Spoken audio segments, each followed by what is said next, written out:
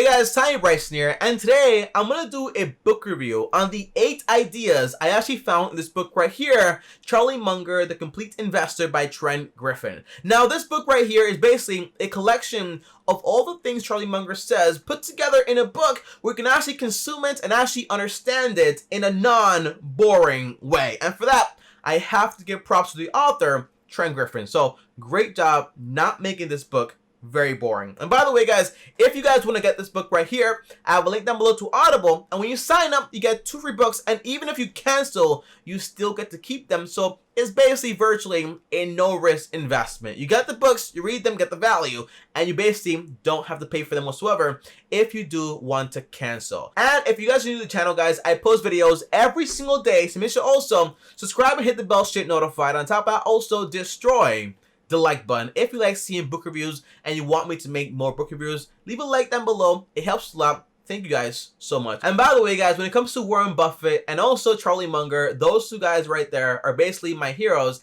and I've learned a lot about them, so I always have to say this because basically those 2 guys right there are the people I kind of want to shape myself to be like in the future. Aside from like all the bad habits like eating candy all the time or Warren Buffett just eating McDonald's sometimes, the answer is aside from that stuff, those are the people I kind of want to carry myself like. Now, let's get started here, guys, okay? Here are the 8 lessons or 8 tips or 8 nuggets I actually found in this book right here when it comes to investing. Number 1, when it comes to buying a company, you want to make sure the company has a large moat around it. Now, tell me, what exactly is a moat? A moat is basically a competitive edge that the company has against competition. Now, the biggest thing about capitalism is basically when you have something going for you, and it's successful, usually people want to go ahead, copy it, or make their own version, and then put you out of business so then they can go ahead and be on top. And that's just how capitalism actually is. Although success is great in capitalism,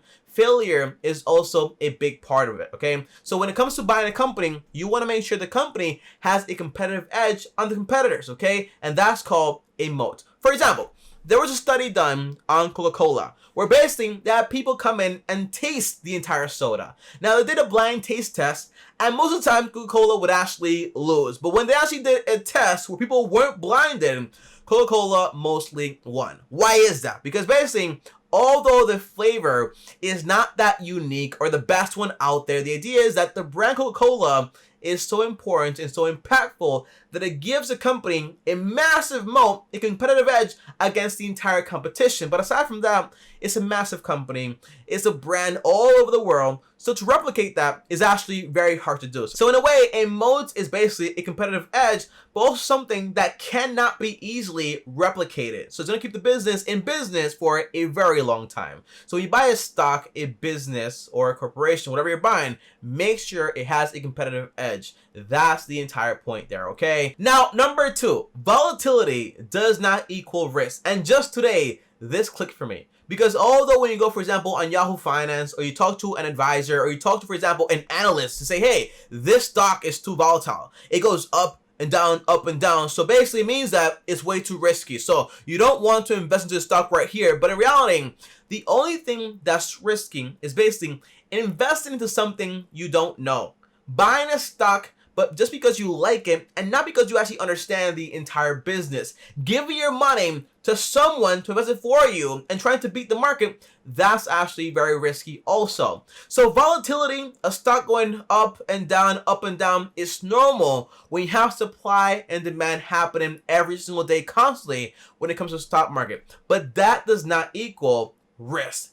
And that's something that I actually learned today from Charlie Munger, and it makes a ton of sense. Volatility does not equal risk. Now, number 3, index investors versus stock pickers. Now, this is something I learned not so long ago that basically I'm not really a stock picker. I'm not a big fan of the entire concept. But in this book, Charlie Munger basically said, hey, if you don't enjoy reading financial documents and find out exactly how a business works in and out, then you're probably not going to be the best stock picker, because basically when it comes to picking a company and value investing, that's one of the most important facts, okay? You have to go in, you have to understand the whole company, you have to do all that research, and that's not something I'm actually very passionate about. But if you are, then you're probably going to be very good when it comes to stock picking. But if you don't want to be that, you can just basically be an index fund investor and get the average return of the market every single year. And by the way,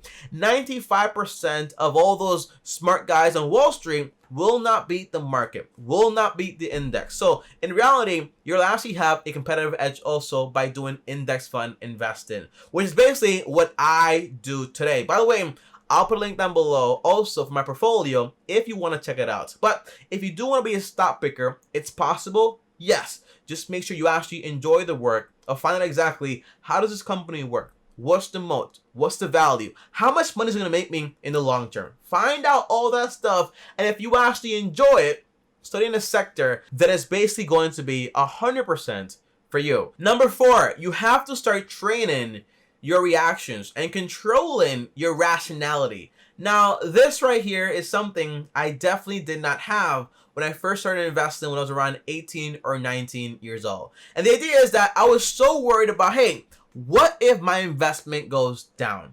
What if I lose money? What if the market goes down tomorrow? What if it crashes? A correction, right?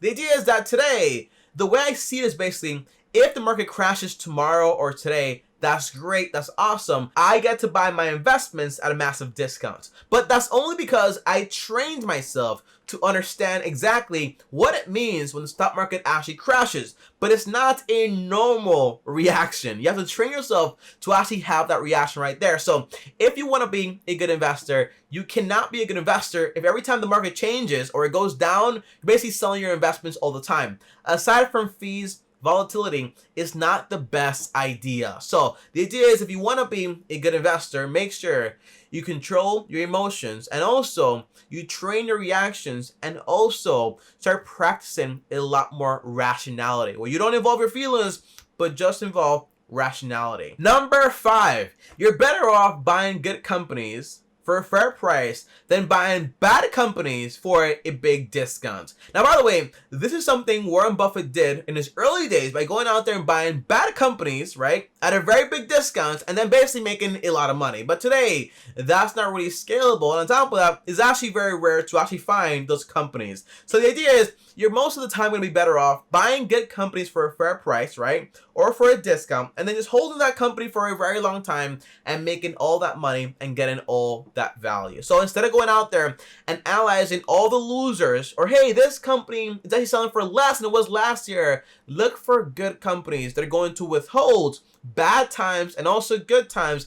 And here, for example, when you have, for example, a bad CEO that's eventually going to run the company, but the company is basically going to withstand because, again, the company is solid. The company is good. Number 6, companies, although they are large and big and well-known, can still go bankrupt, and it can happen. And the idea is that it has happened in the past also. So just looking at a company just because it's big and it's large and everyone knows about it, that's not enough information to just go out there and invest into that company. For example, if you guys remember Kodak, or for example, newspaper companies back in the 1900s, the idea is that those companies were basically pretty solid, right? But today, they're not that solid anymore.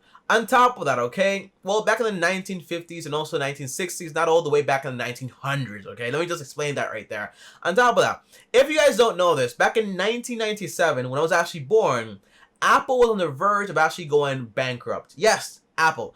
And if it wasn't for Microsoft investing around $150 million into the company, Apple would have probably never been here. And by the way, guys, just so you guys know that Microsoft allegedly only did that because basically, if Apple went bankrupt, then most likely Microsoft would have been under investigation for having a monopoly. So they wanted to make sure Apple stuck around. And today, Apple is a massive company. But the point is, okay, just because, and also General Motors actually went bankrupt, but just because a company is big, is massive, it does not mean it is not vulnerable to basically going bankrupt. So don't just use, for example, hey, the company is so big, it's not going to fail. It can happen, and it will happen in the future. So make sure you understand the company before you start investing into it. Number 7, guys, and the most important part of this video, if you made it all the way here, congratulations, that's awesome. And also thank you guys so much for watching all the way to this point. But the idea is that number 7 is basically Benjamin Graham's value investing principles. And by the way, there are 4 of them.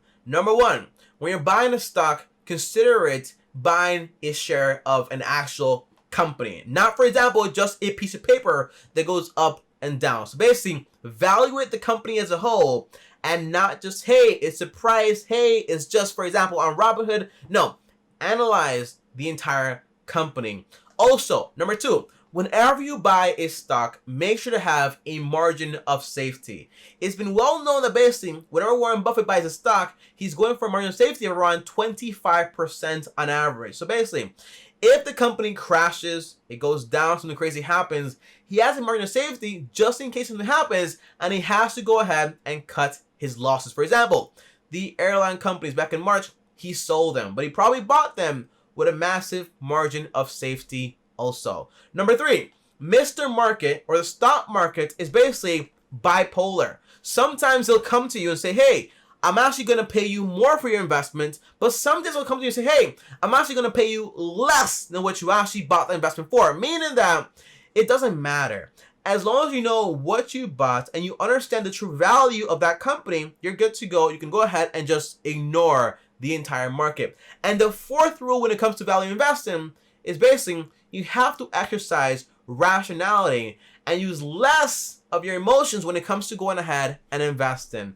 And overall, guys, the whole picture is basically what you want to do with investing is understand what you're getting into. Understand how to calculate the real price of a share when it comes to, hey, what is the real value of this company? But just going out there and saying, hey, this company is great just because it's big, it's large, it's Apple. That's not the right way when it comes to investing. And by the way, guys, number 8 in the last part here is basically a name for the next books I want you guys to consider if you want to get into investing. And that name is basically Philip Fisher, a guy that basically Charlie Munger agrees with a ton, and I will be reading his book in the future and probably making book reviews. But my next book review is going to be on this book right here, Poor Charlie's Almanac, which I'm actually looking forward to a ton. And I started reading it already, and the book so far, it's great, okay? But guys, comment down below and let me know, are you going to give this book a read? And by the way, are you an index fund investor? Or for example, are you actually a stock picker? I'll see you guys next time. Thanks for watching. As always, if you like this video right here, well, like this video. On top of that, also, subscribe and hit the bell so you get notified when I post a new video. And before I go, if you guys want to talk to me or text me, start to my Patreon, link down below, or send me a DM on Instagram at Tommy Bryson. And if you want to watch another video on the basics of investing and how investing actually works, here's a video right here. See you guys tomorrow. Thanks for watching, and as always, peace.